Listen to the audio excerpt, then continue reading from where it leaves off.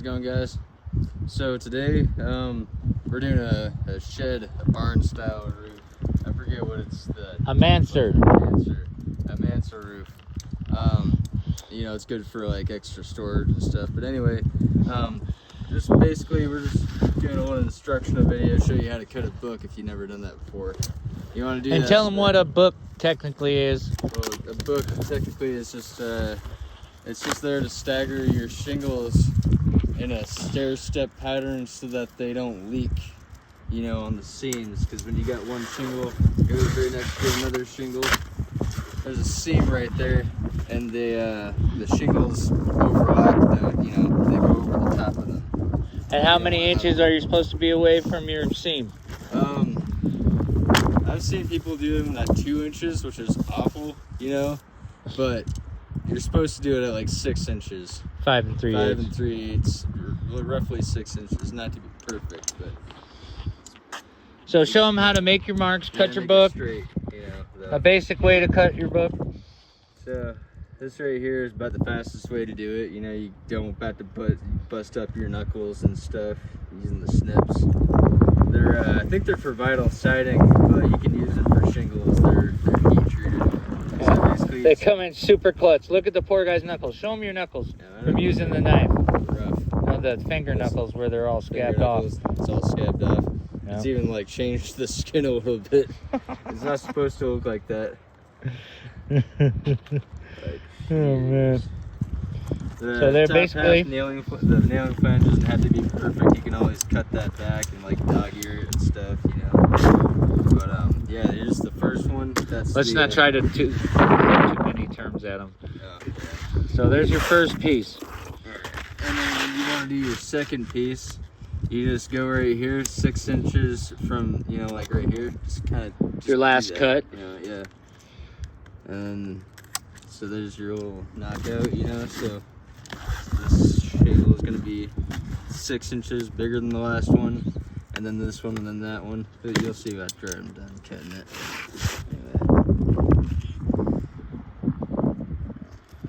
Most folks, they use a shingle on the edge or something, you know, when they're just starting out. But we've been cutting shingles for years, so you know we know how to laser beam them pretty straight, just by the eyeball. There we go. So okay. Now show them your book. There we go. So here's the first shingle. No, your first shingle is a full shingle. Your first shingle is a full shingle. So show them from the full shingle to your, stack it all up and kind of explain it to them. Alright, so you got a starter shingle that's about like a little bit longer, I think, than the actual shingles. Yeah, let's not even go into starter shingle. That's your first full shingle. So you start with a full shingle for your first one when you're, you know, like starting your book on the roof, and you do the first one. Yeah, the first one that we cut. Then you do this one, and then that one, and then this little guy right here. Then eventually on top of that goes another full shingle. Right. After that small little guy. You run your next row of shingles up. Then you start your book over again and do the same thing over till you pretty much reach the top of the ridge. And always be mindful of where you put your nails too. If you put them too close to this seam right here, what's going to happen is, so you got that right there. Let's say I'm nailing this shingle and I put 6 nails, but I put them all like 4 inches apart and whatnot. If you get too close to there, you know, water would be getting in there. Not a whole lot, but just enough to rot out your plywood and what. You know. Yeah, you don't want to set yourself up for potential failure, folks. Yeah, your recommendation is 2 inches from the seam, but realistically, you should do like 4 inches from the seam. Yeah, because just to be safe. Water travels. Yeah, you want to hold your shingles down, but you don't want to, you know. Yeah. Okay, so Elliot's gonna also show you an explanation as we put our first book up on this run. Yeah. So grab your book and let's get at it. You want to get the ladder up there, or you want to stand on the wall box? Probably stand on the wall box. Now don't do what we do. If you're over in this position, I would highly suggest a ladder just for safety. Or or like scaffolding, like baker staging or something. Yeah, if you have staging.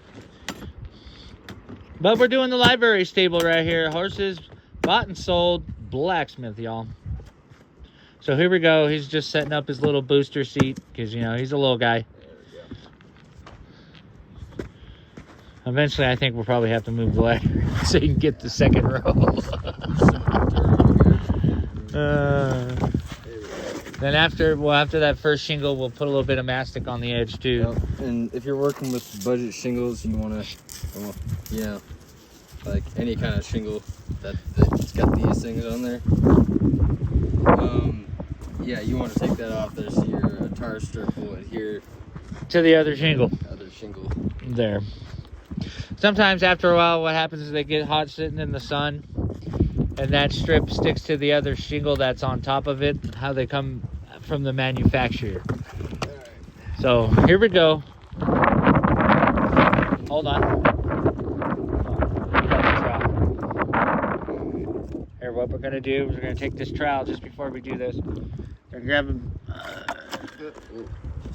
a bit of that black gold, and we're gonna take it right there. Good stuff. Smear it, feather it out real thin, just along here on this edge, because there's really no meat right here, because how they set up this tough shed when they did it, it was pretty bad. So this will just help adhere a bit there, just in case we can't get a nail in there. So what you do is you want to run your shingle right up to the edge there. Bink.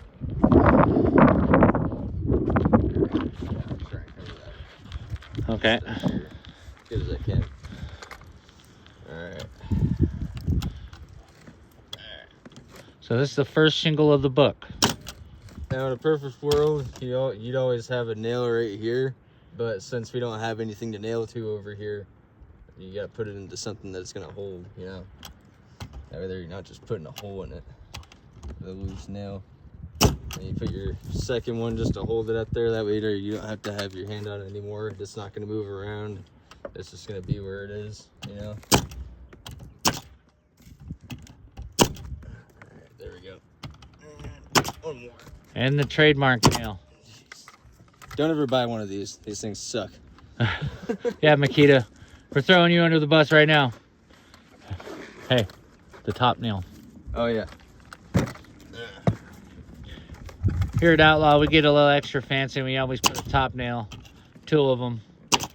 What the? Oh, I think I'm out. Remember, the compressor's off too. And I'm out of nails right now. All right, folks, here we go. We're with Elliot, and we're going to be explaining how to start a shingle book to start your roof from whatever edge you like to start from, left or right, depending on your hand. So, Elliot, go ahead and give him the spiel.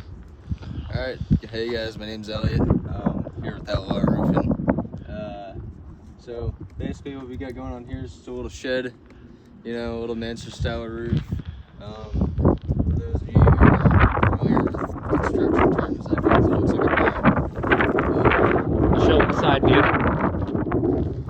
Oh, that's a mansard roof. Anyway, so basically, if you've never done shingles before, this is the part that you want to have exposed, and this is the part that's just there, to hold the shingle once you get all your nails in, and so on and so forth.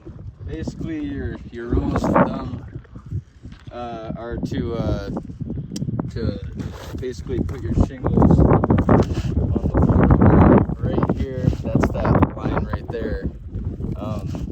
You don't want to have it hanging too low because wind can pick up, sometimes you can't avoid that, which is whatever, you want to have it hanging lower than too high, and then, having all this exposed, and it's just all bad. Anyway, when you're nailing your shingles too, always be mindful of where the next one's going to land, because when you cut a book, as we call it in, the roofing industry, basically means you cut your shingles so that they make a stair-step pattern, so that when they overlap, they don't have seams matching up with other seams. Because that can cause a leak. Because that can definitely cause a leak. But yeah. Anyway, so manufacturers recommend to have it 2 inches at least from the seam. We like to do at least, 4 to 5 inches from the seam just to be safe. Front and back side. Yeah, front, See, got 4 inches on the left side, more than 5 inches on the right. So you always want to do that so water can't, exactly what they call wind-driven rain, will go into your kiwis and back up and go to the sides, and you don't want it hitting a nail. Right. So. And I've seen construction companies have nails just to over here and not nail over here, which that's not good, because like you can get, on a bad day where it's cold and the shingles aren't sticking that good, wind will just come right up in there and rip all your nails up, and you'll have blow-offs that way.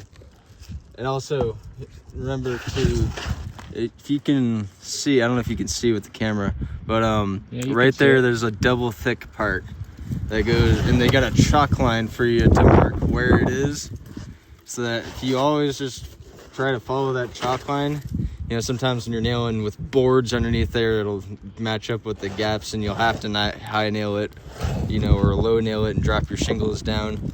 But for the most part, you want to nail into that, so that way there your shingle holds. And your nail doesn't blow through. The nail doesn't blow through.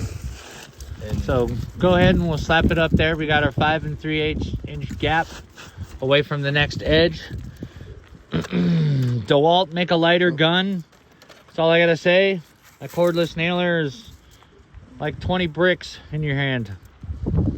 It's kind of out of control. These car strips are out of control too. Oh, I know, they're real sticky right now. Wait. So we'll get over here so you can see what he's doing. So see how he's got it lined up there, right there, folks? About a 1/4 inch under the water line, the edge for the reveal. So you're protecting your nails. Boom. Always nail right in the center of the line, or higher if you can.